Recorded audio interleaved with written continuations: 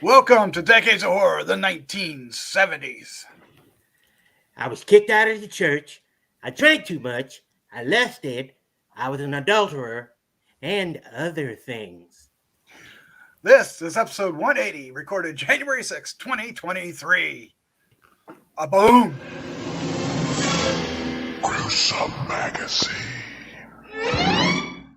I am your host, Doc Rodden, and this podcast is about horror films released between 1970 and 1979. Each episode, my co-host Jeff Mohr and I will tackle another classic, or not so classic, film from this wondrous, groovy, gory, and influential decade. With me this week is my co-host, the one and only Jeff Mohr. Jeff, how are you doing, sir?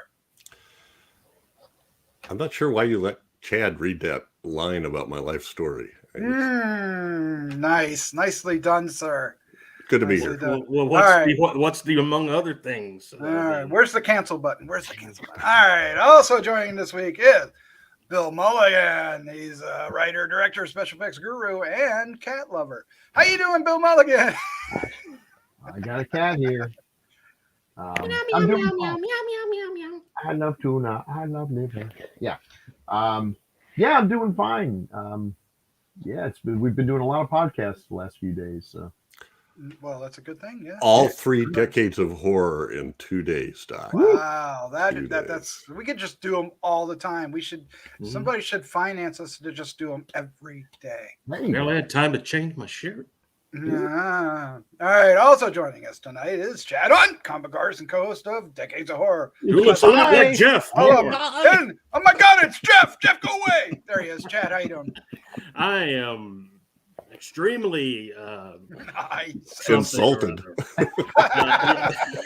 Don't you ever do that again, boy. No, I'm good. Are you ready to talk about The Possessed?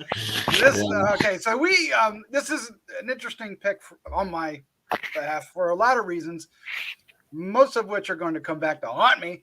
But we were talking about before the end of the year. We talked about the plethora, if you will, of horror films made for TV in the 1970s, because back in the 1970s you would have movies of the week. They were throughout the week in various years on various days, and we would get horror films. And one horror film they tried to replicate over and over again was Kolchak the Night Stalker, because the Night Stalker was one of the most watched original movies of its time when it came out. Of course, the other movies came along and would break that, but at the time it hit a record. So it had a legacy of people trying to remake it. The Possessed happens to be one of them, also riding off of the exorcist craze. Came a little too late for both of those, but we'll get into that. There's also the cast. The cast is there's enough to talk about with this movie on the cast alone. But we'll get into it. This film, if you watched this movie when you were a child, you probably remember it. If you don't, you probably hate it now. So what we're going to do is dive into our review of The Possessed from 1977 TV horror. Are you guys ready to do this? All right. The Possessed, directed by Jerry Thorpe, written by John Sacret. I've seen better heads on boils. The cast includes James Farentino, Joan, Hackett, Harrison Ford, Claudette, Nevins, P.J. Souls, Diana Scarwid, Eugene, Roche, and Dusenberry, and Dinah Manoff. It was a Warner Brothers television and is filmed in Reed College, Portland, Oregon. Release date May the 1st, 1977. Something would happen that summer that would change a couple of these people's lives, or the next year for the other ones. It's also known as how do you say that? Satan, what is the demon? Satan, the force of evil, and Medicine. The Obsessed. It's probably not good at all, but hey, No, it's not. You do it, Jeff. Say what it is. It doesn't make any sense. No, you're fine. Okay. The synopsis is a former priest, now an exorcist, battles the satanic forces that are threatening the students at a school for girls. Is that really what this movie was about? Yeah, that sounds like a much better movie. That's the movie I saw. Did you guys watch this movie? All right. Pretty sure. Do I start this off because this was my pick? Yeah, I You think didn't you mean should. Possession. Didn't we be- watch Possession with Sam Raimi and Isabella? Yeah. Adjani? Yeah, Isn't that what yeah. we- Sam Did you guys do Neill? that one too? Well, that might be a Yeah. little better. Oh, yeah. This is going to start off good and then go downhill very fast. But, all right, so I remember watching this movie back in 1977, and I remember and you said it before the show. The girl spinning nails and that crazy look stuck with me for years, and just to me, she was scary. But I don't remember disliking the movie up until then, and well, to be honest, watching it now, I still enjoy this movie. I enjoy it for the cast and the ideas of it more than in the execution, perhaps, but it's a made-for-TV movie, and I had a blast. I do not remember Harrison Ford being in this movie, but of course it came out before Star Wars. Neither does he. And he does not want anybody remembering that he was in this movie. He does play a teacher, much like Indiana Jones, but not Indiana Jones. Just a teacher like that. But he's also a little bit more of a scoundrel. Wow, I just threw those two characters. Anyway, so I watched it again for our show, and it lived up to my expectations. Maybe more so for me than for the rest of the crew. To give a little bit away, but yeah, it was what's interesting is it was actually trying to be a series. They were going to make a series following Kevin Lee, the James Farentino character. Of course, they did a gaggle of these where these priests or characters like them. Spectre is another one. You can remember that. And there's a couple others. Spectre's the only one that comes to mind, but I enjoyed the hell out of this. It's mostly because of the last maybe 10 minutes that it stuck with me. But there's some things to like in the beginning, but it may all rest on me. I'm waving my flag on the hill, and I may die on that hill. But let's find out what the rest of the crew think.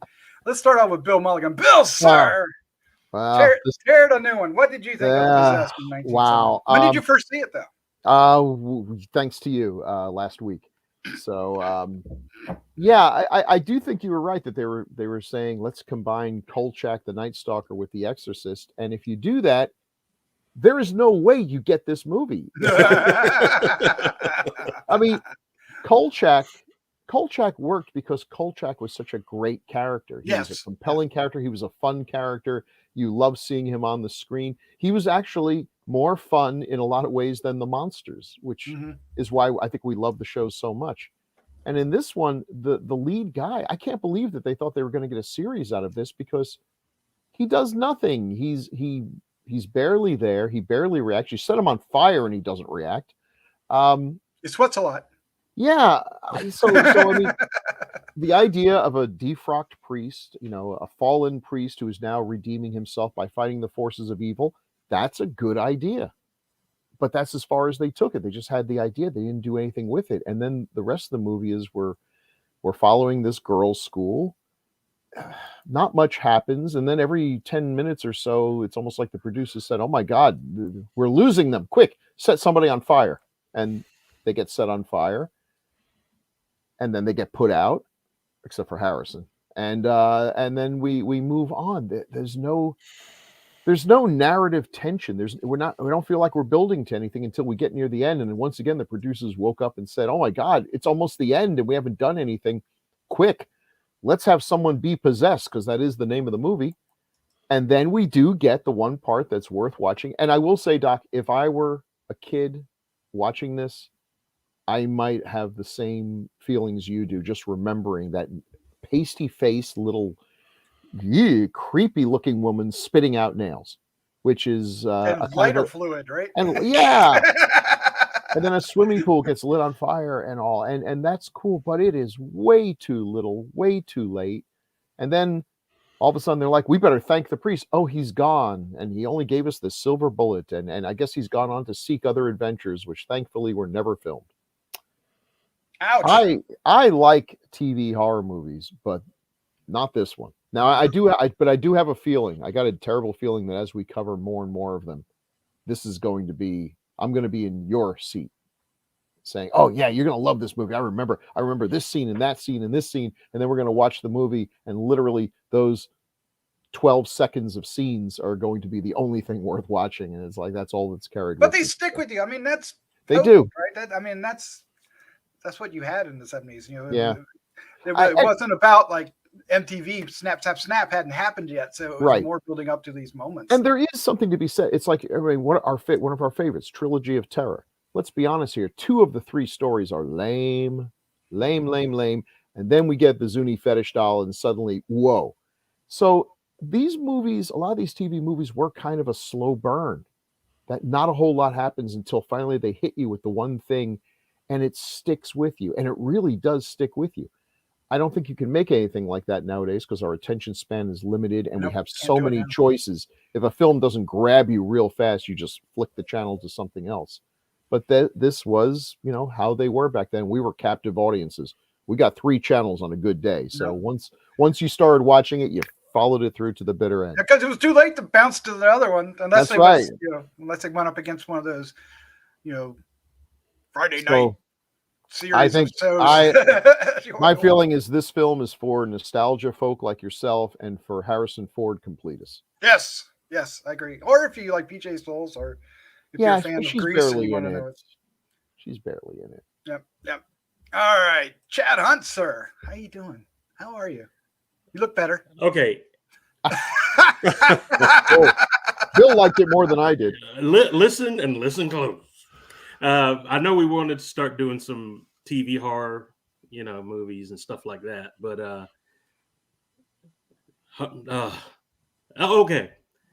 I'm going to start over like 5 or 6 times in my conversation. So bear with me. I'd never seen this before. I don't think I ever heard of it. And so looking at who was in it, I was like Harrison Ford, PJ Souls, Diana Scarwid, PJ Souls, again, and PJ Souls was in it. It had a good cast, but it complete. And Doc, I would never. If you like this movie, man, more power to you. I'm all for that. But having been and like Bill said too, if I would have watched this as a kid, that would have been the thing I remember. She spit nails. It was so awesome, and then gasoline, and they set him on fire. She vomited gasoline, and it would have been the coolest thing ever. But watching it now, it was like that little 10 minutes was not enough to carry this whole movie. I was destroyed by how I was, and that was another thing. I was like, this movie's only an hour and 13 minutes long. This is gonna fly by. This was the longest. And when I mean the longest, hour and 13 minutes I've ever. And it's all because nothing was happening. It was like James Francisco, not Francisco. That would have been awesome. Farentino was like, he was just this guy walking around, and they tried to make him this mysterious character who at the beginning looked like all he had to do was say the magic word Shazam and he turns into the super exorcist. But it didn't happen that way. No. Yeah. And what is your name again? Does it really matter what my name is? Well, what is this evil we're fighting? What is evil really? When you think about it, evil is blah, and it just went blah. And it was just a slog for me to get through until the last part was pretty good. If they were going to try and make a TV show out of this, I would have never bought another TV never ever in my life just for that. So yeah, I was. This show could have saved the world. Wow, this was hard, and to try and put it in the same category as Kolchak the Night Stalker, blasphemy I say unto thee. Okay, so I'm not saying it belongs in that category. No, I didn't say you did. I'm not saying you did. That, but yeah. Just the fact that they were trying to do that was just I take personal offense at it. Well, nobody did do that until X-Files. So Hmm. Well, nobody they actually at least they achieved- had good characters. That Yes, they Right. nobody Yeah, else and achieved interesting it until characters. X-Files. yeah. And there was So plenty in between. yeah, there was, and this is one of the ones that wasn't Oh, there's there for me. And I hope we never. category ones that tried to do it. Maybe we'll do a show on all those wannabes one day. But yeah, this was hard for me. We can make like a cartoon team up of all of them. So Hmm. yeah, man. Snape, Severus. Jeff Mohr, how are you doing, sir? You look better as well. I'm good. When that's did you interesting. first see The Possessed, and what was your first impression? This is the first time I've seen it. It is an interesting cast, and I would throw Joan Hackett in there. If I remember right, she was in The Terminal Man, which I found to be an interesting flick. But this one, The cat purring. I just don't know. I mean, okay, you guys talked about a lot of this. Let's look at the school. We have this girls' school where they let you ride bikes in the hallway. Sure. The doors don't work. They burn up one of the girls' rooms. I mean, literally, the whole room's burn up. Do they call the fire department? No. The maintenance guy comes and goes, "Oh, I'll clean that out tomorrow." What you have here is a fire. Thank you. And then everything that everybody said, Dave Farentino is like Mr. Mysterious. He won't answer a question. If anybody's, the one woman wants to give her daughter Weezie a hard time for breaking some rule, and does that really matter now? And then the mother's left to go, what? And then who are you again? We said that line at the beginning that he says, the cop says something to him, and he says, how can I answer a question you aren't able to ask? And then I forget, it was Bill. That was like the summary of the whole movie. Anytime somebody talked to him, he talked really vaguely. Mm-hmm. I mean, really vaguely. Chad was perfect too. Yeah. And he how did you get here? Who told you about us? Oh, did you talk to Dr. So-and-so? Well, don't ask him. He'll just ask you a now. Question too. Yeah. Yeah. Well, I like that aspect of it. That one aspect of it. Nobody communicates at all. I mean, we get to our third example of spontaneous combustion, and finally, the one woman says, "Oh yeah, and don't forget when my paper and my typewriter started on fire." Yeah, it's just stuff like that. I just the guy. I mean, Winjam. The cop asks Joan Hackett's character. She's the head of the school. Hey, did he kind of fool around? And she goes, "That would be grounds for dismissal."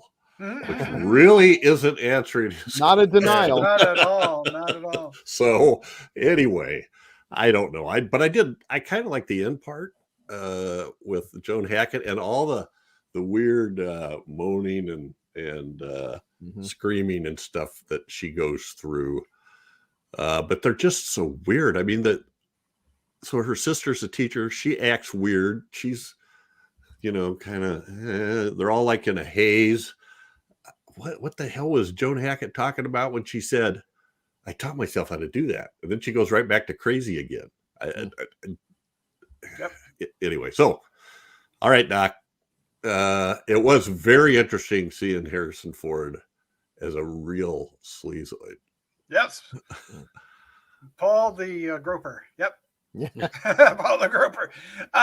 Okay, so I just want to step back real quick before we get into some posters and stuff. But the fact that she goes to the specialist and he says, "Oh, I know a guy, but I don't know how to get a hold of him." And then the guy shows up. But then when he calls back again, the specialist, and says, "I can't find him." And I thought that was interesting. I like that aspect. But she doesn't say he's here. I know she doesn't. They don't follow through with it. Nobody communicates. It's like, okay. So I'm the odd man out on this one, but I think it's all nostalgia. I think it's just because I remember seeing this movie, and really, I only remember the one aspect of it. I like I said, I couldn't remember that Harrison Ford was in it, and but I enjoyed these actors, showing up and stuff. So anyway, let's get into the. I mean, where do we start? Okay, so I guess this weird. Let's end the show here. Let's go end the show. This is this weird ass poster. Yeah. Of Farentino and some fiery demon behind, which would have been interesting if they. Oh, sure. Yeah. The poster.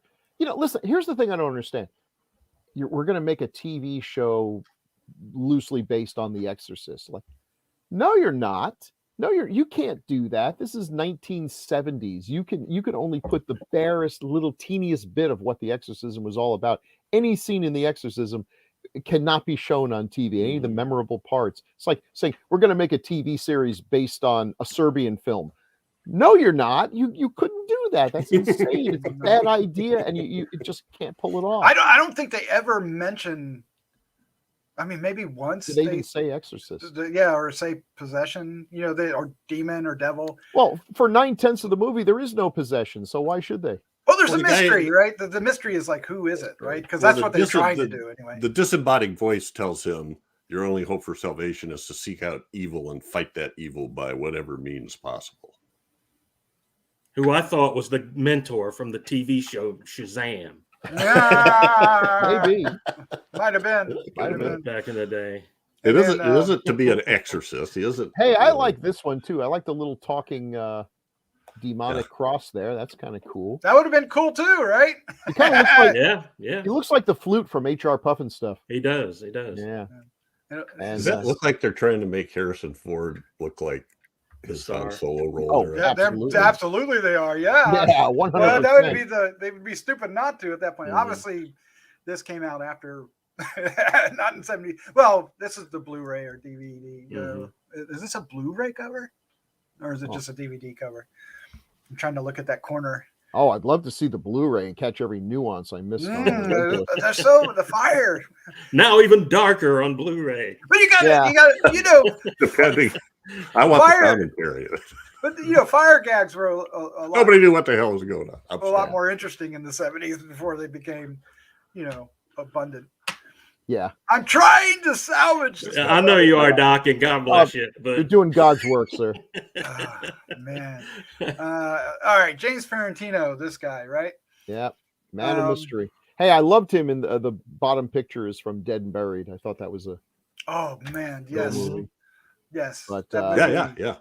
But I don't think he was given a whole lot to do here, except and I don't think he doesn't come across as a good actor, but I think he's completely blameless there because clearly they told him, act mysterious, and we're not going to give you any good lines anyway. So that'll answer help every question with a question, please. Right.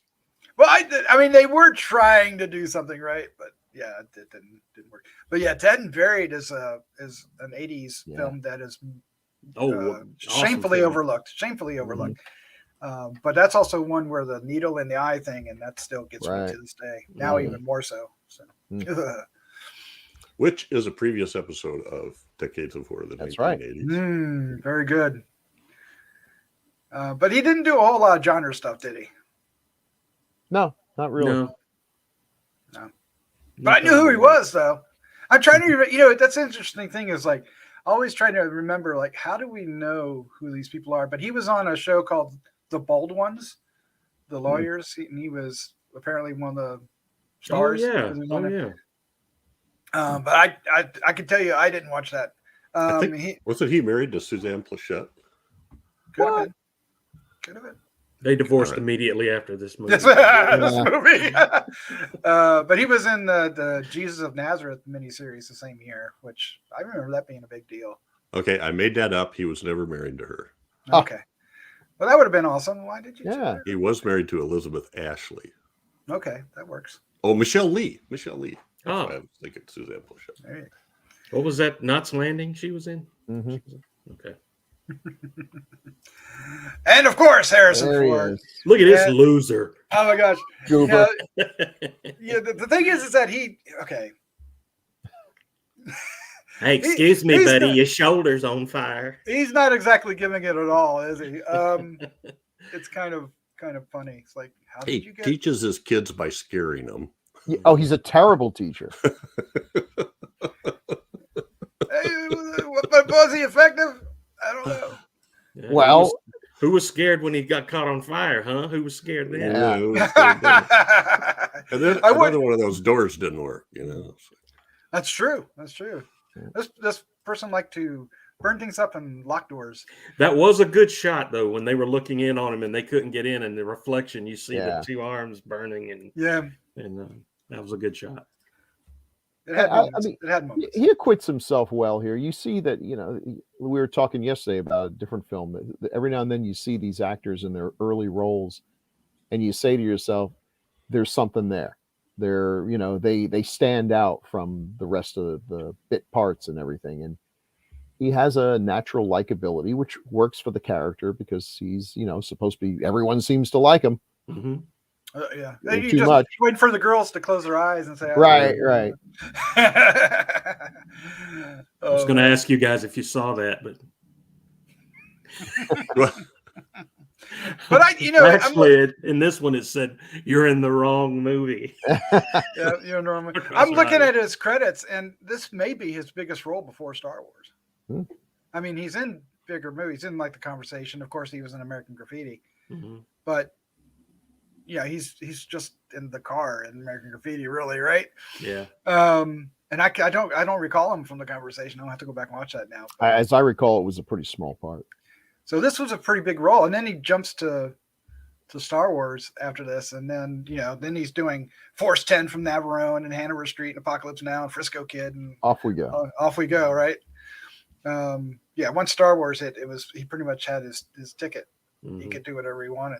But you could see I don't know. Could you guys recognize the star power, or is it just because we know? Could. I think so. I mean, yeah, I do think so. He had more personality in his part than any of the other characters did. So yeah, I think it was there.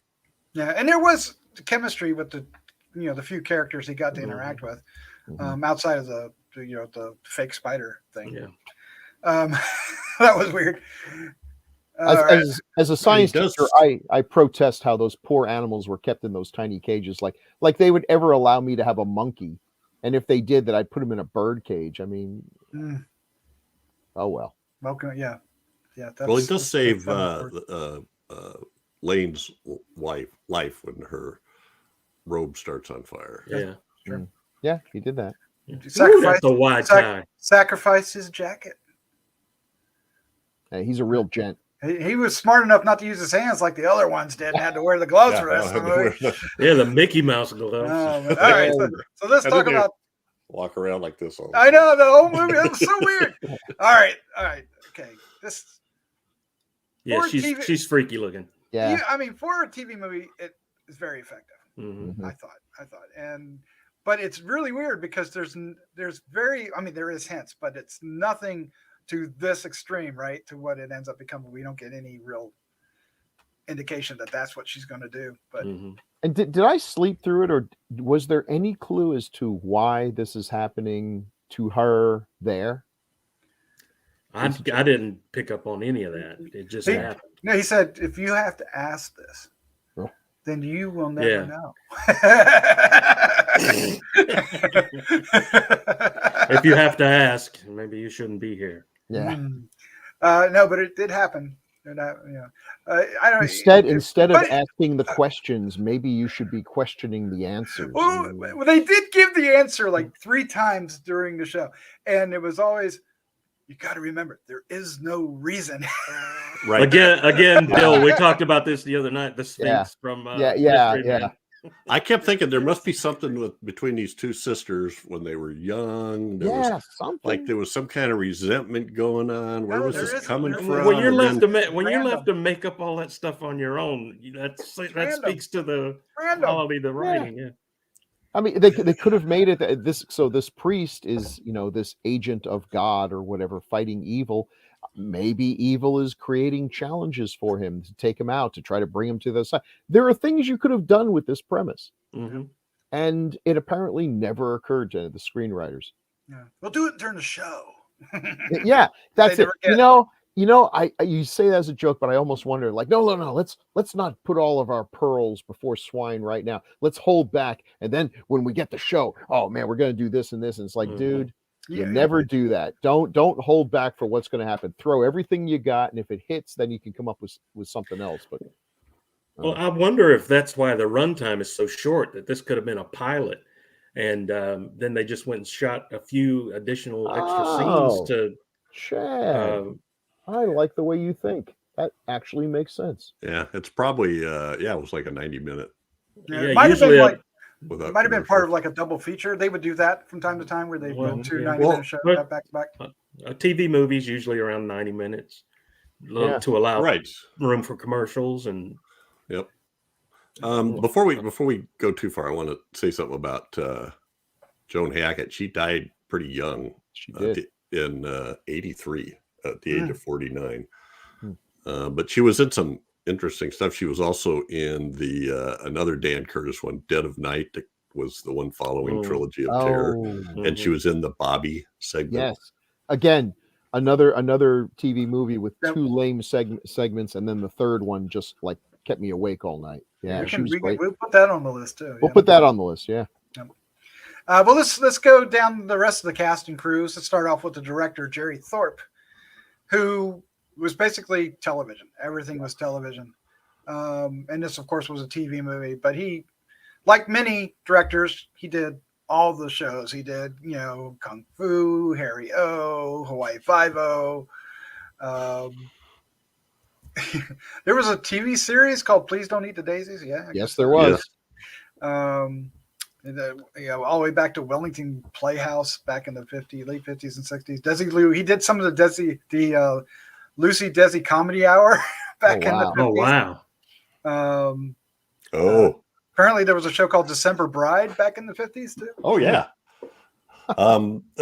Before my time. But 86 to 88, he directed 46 episodes of Our House, which I never heard of, but which starred Wilford Brimley.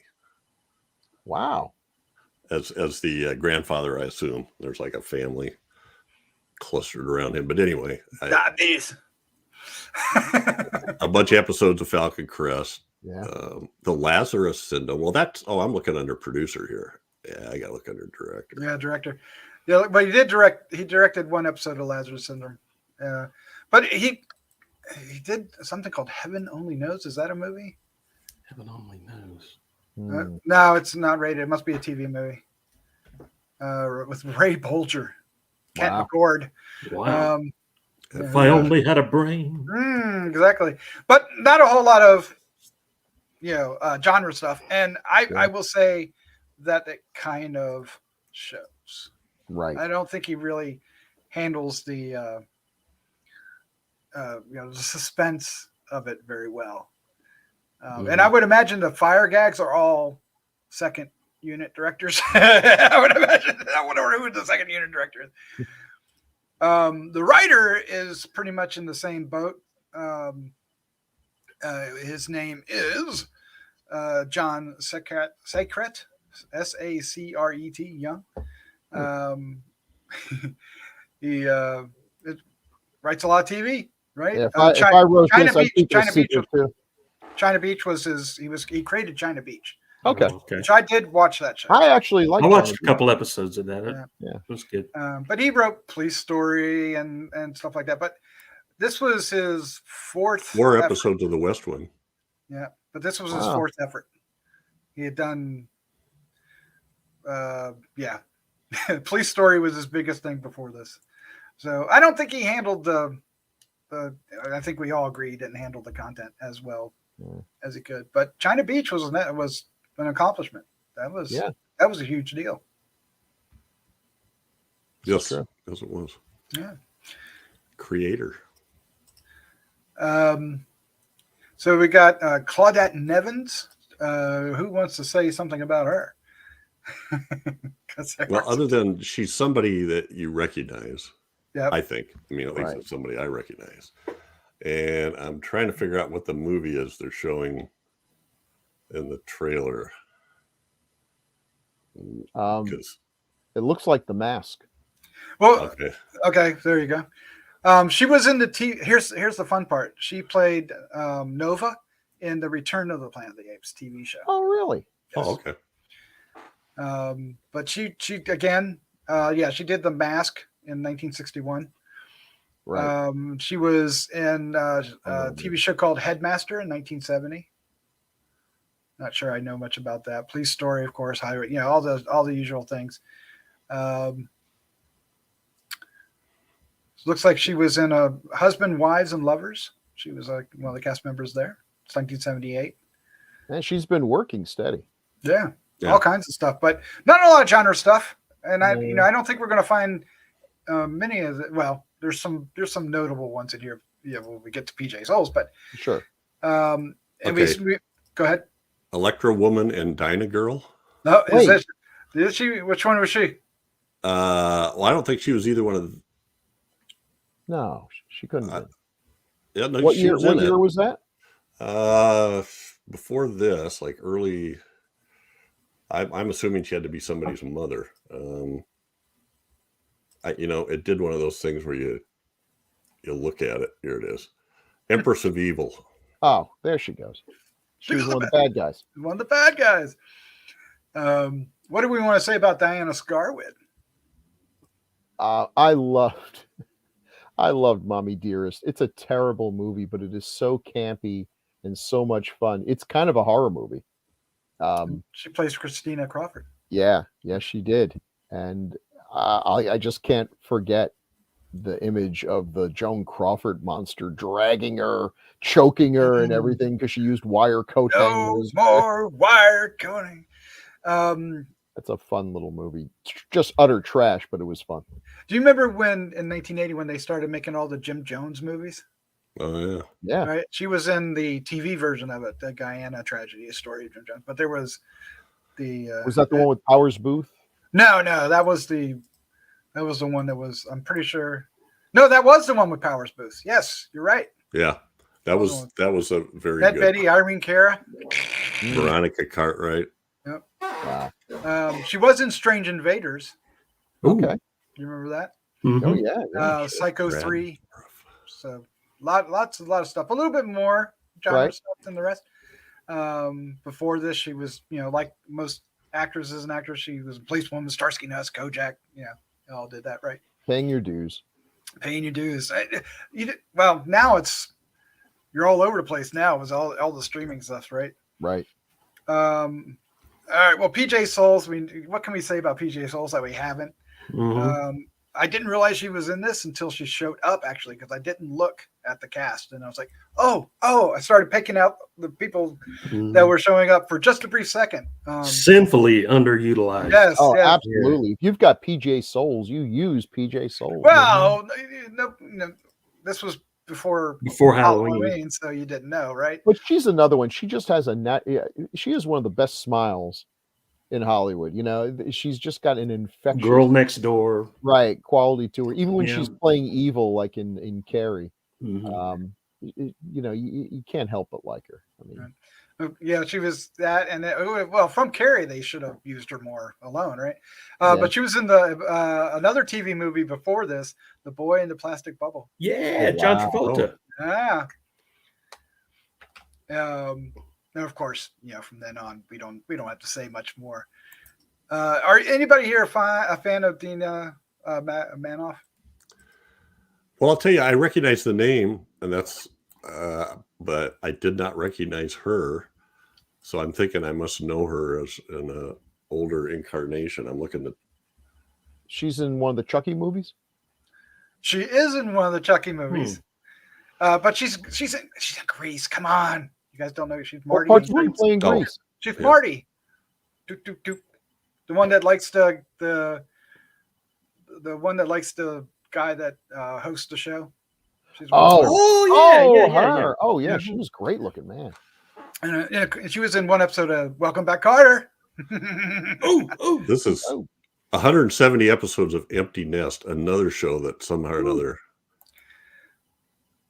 Well, she was also Elaine in Soap. Does anybody remember? Oh, Soap? I love. Yeah, Soap. I remember Soap. Soap. Was great. Yes, I do remember. Yes. No, that's what I remember from. She was fun. That was a good character. Yeah. Well, it's interesting because Richard Mulligan is also in this Empty Nest. Mm-hmm. Oh wow, and so is she. Holy cow. Yep. That's crazy. Look at that. 88 to 95. Do I remember that show? I don't know if I do. I don't.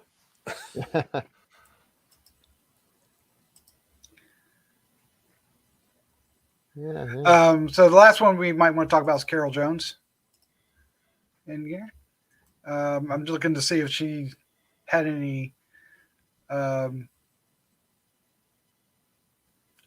other credits worth noting that are genre. But I mean, she, again, a TV actress, would do many TV shows, but nothing really genre. Like, Man Eaters Are Loose, maybe. maybe. Maybe. What else do we want to say about this particular beast of a movie? The I cop, have Eugene nothing Roche, else. is What was that, Jeff? the cop is played by Eugene Roche, which is Oh yes, we should very say that. recognizable character, and I feel like he's doing his best impression of Joe Friday from Dragnet. He's Might just be. very hard nosed, snappy lines back and forth with. He's in a lot of stuff. Yeah, he is. His name is Sergeant Taplinger is the name. Taplinger? Taplinger. What a great He was name. also in Soap. You know, the thing, these TV actors, it must have been kind of like, you know, just working with your friends all the time, because you see just there's a lot of crossover. It's like, hey, you got hired for this piece of crap too. Yay. Yeah. Well, we didn't say much about Ann Dusenberry. Sorry, I did it again. Jaws 2. Jaws 2, yes. Totally skipped over her playing Weezie, who I guess is one of our potential possessed individuals, right? Yeah. Yeah. Anyone wearing the Mickey Mouse gloves. Had the Yeah, potential. they all were. Yeah, right. But yeah. She was possessed? No. No. She was a She was a candidate. She was supposedly one of the candidates that just never really. Yeah, but I think Tina from Jaws 2, most people would remember her. Don't touch the fire. It's satanic. Well, it was hard to try to figure out. You know, you're trying to figure out there's something. What's the connection between these three fires? And there isn't one. That's right. One is the woman in the room by herself. Another one is Lane starts on fire in front of everybody. Mm-hmm. And the other one is Harrison Ford starts on fire right after Weezie leaves the room. And there's the room. The room sets on fire when the girl gets in there. Oh, right. Yeah. Mm-hmm. I'm assuming that he exorcised the demon and took it into his body when he jumped into the water. Well, that's how he got rid of it. Yeah, that's what happened. Yeah. Okay. Sure. I think that was supposed to be. That's a nod to The Exorcist, right? Because that's exactly how The Exorcist is, right? Mm-hmm. He jumps out the window. Yeah. How about this? How about this for a premise? That's what he does. He shows up and he pulls these demons into him. And over the course of the series, you know, he's adding more and more of these demons, and they're always threatening to come out. And there's the fear, you know, that they will corrupt him. I mean, there are things you could do with this premise, but for the love of God, I don't think any of this occurred to them. It didn't translate to the screen. No, I don't. I just the Exorcist TV show from a few years back did a lot better job. I mean, this feels like one of those projects where it's like, oh, we have this school for the next weekend. We need a script and we need it yesterday. So they, you know, whipped out something as fast as they can. But I can't believe that's what they did. Okay. Here's just trivia for you guys out there. I'm just going to throw this out to you. Do you know who PJ Souls? Or wait a minute, is it PJ Souls or is it Ann Dusenberry? Which one was married to Dennis Quaid? Yeah. PJ was married to Dennis Quaid at the time. Wow. I was going to ask a question, but I had to. There was too many names in my notes, and I couldn't figure out which one was the one that connected. And he was in Jaws 3. Jaws 3D. Yep. It all ties together. And regrets it for the rest of his life, I'm sure.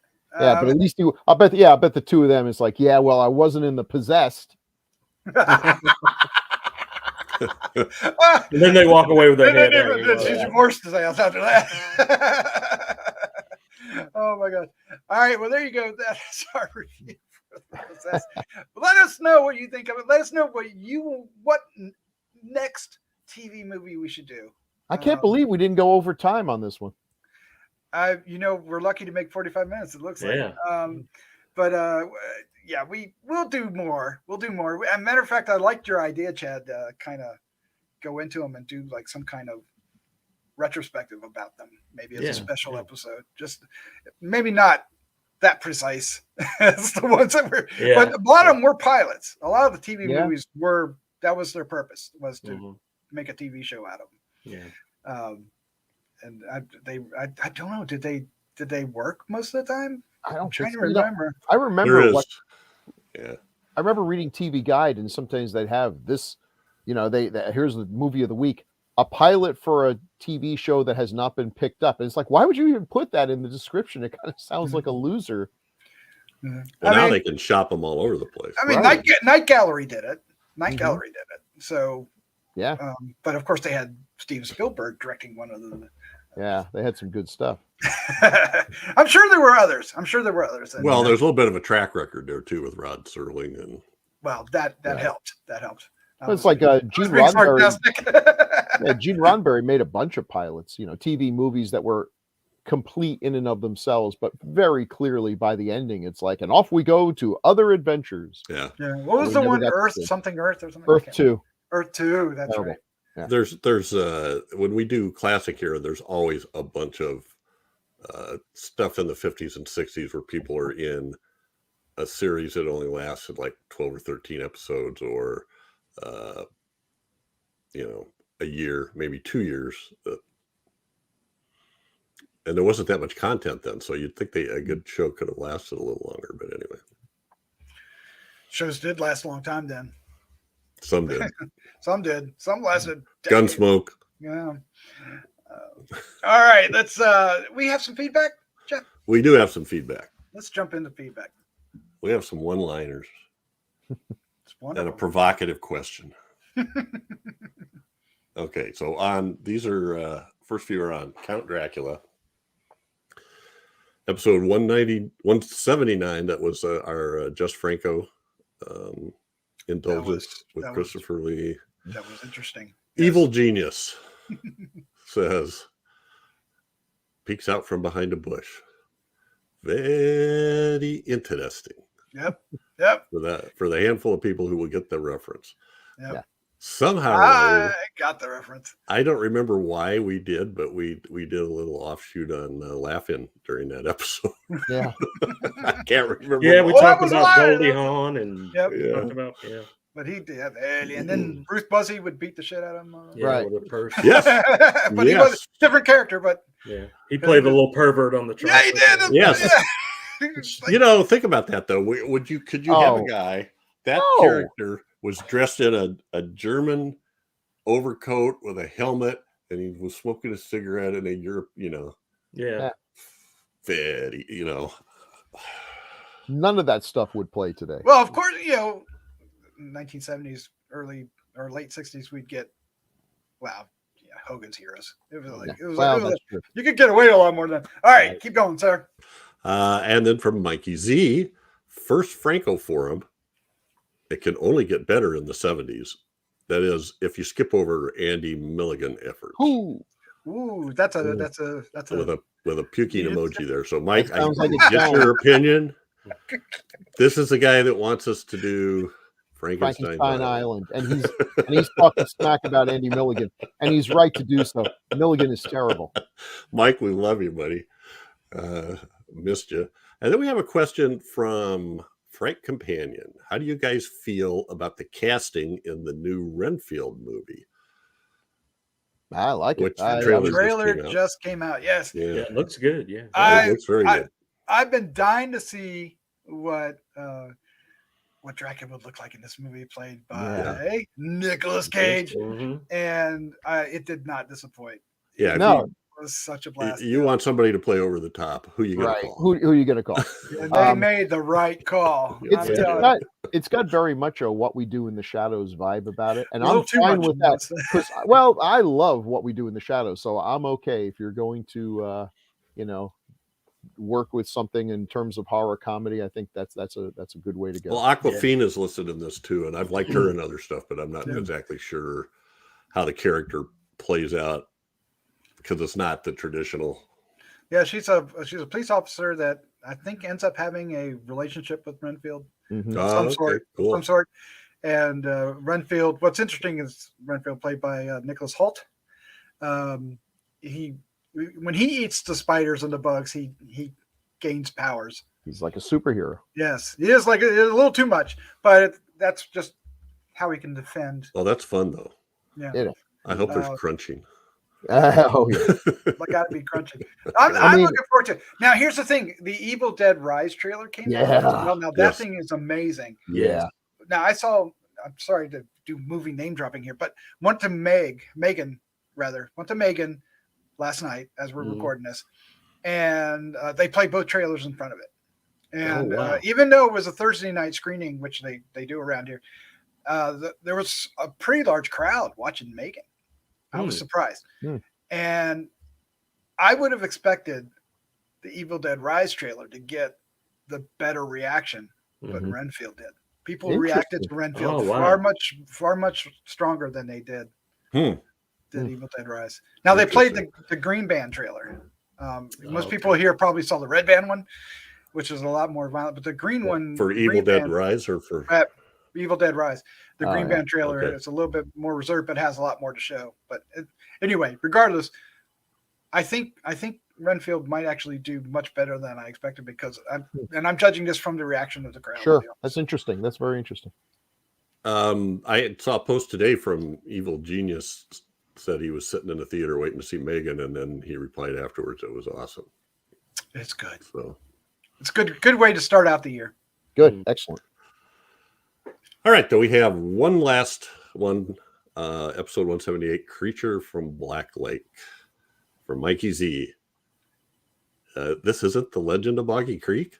It's its distant cousin. I went to the wrong movie, kind of thing. I don't know. It's probably the closest thing to it out of all the films that are like it from that decade.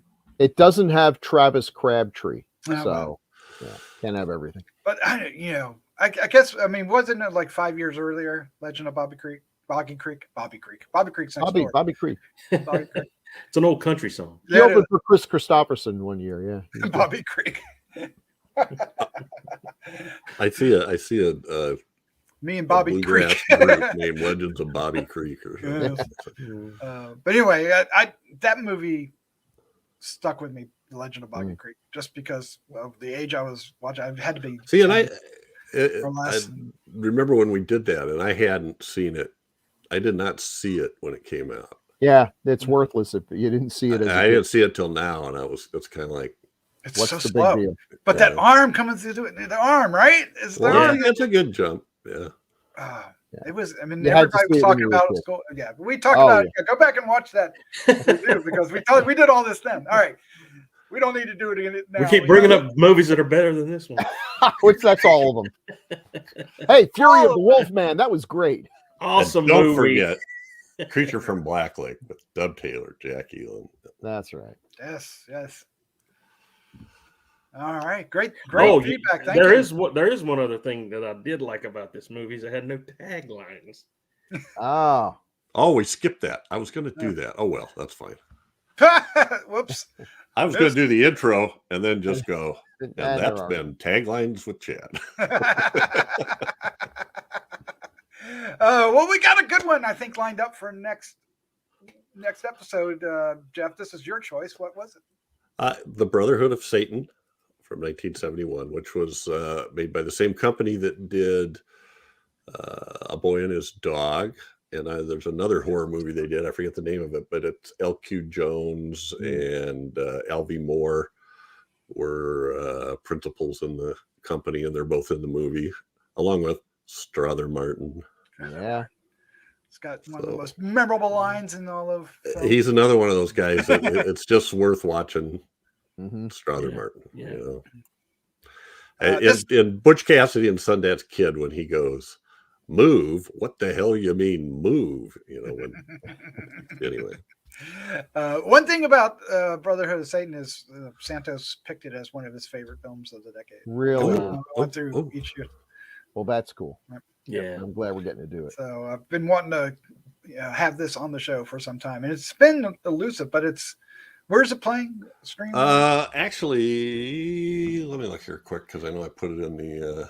Well, while you're looking, we just so everybody knows, we watched The Possessed on YouTube. It's just up there, Rogue streaming. It's not actually streaming on any platform that I know of, but usually you can find something on YouTube. But I don't know. There's probably nobody chasing it down trying to stop it. It's on. Right now, it's on Tubi. Tubi. Or Tubi's not Tubi. You can always depend on Tubi. You can, Something Tubi never fails. Yeah. just got a bunch of commercials. Yeah. But I'm looking forward to it. Patty, not as bad as old network TV. Nope.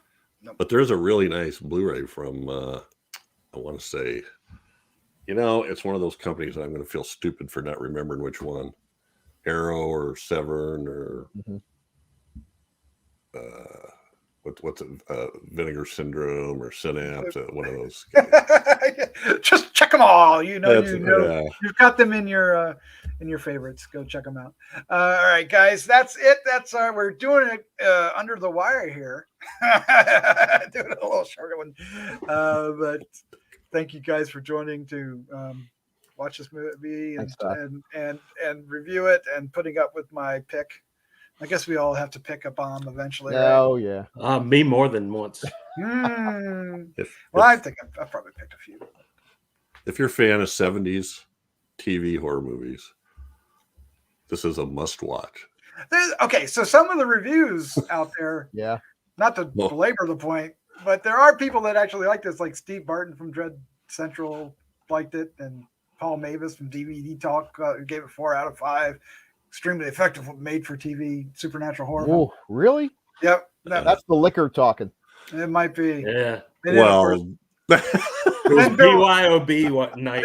Then Bill Mandel from the San Francisco Examiner said that it's nearly incomprehensible, and I think that's more in line of what our guys think here. All right. the evil most evident in this turkey was in the producer's mind. This turkey. All right. Well, we got to do. We've got to do that list, Chad. We got to do it sometime. We got to do a special episode. All right, guys. Thank you for joining me. Let's say goodnight and get out of here. Good Night, everybody. Good night, everybody.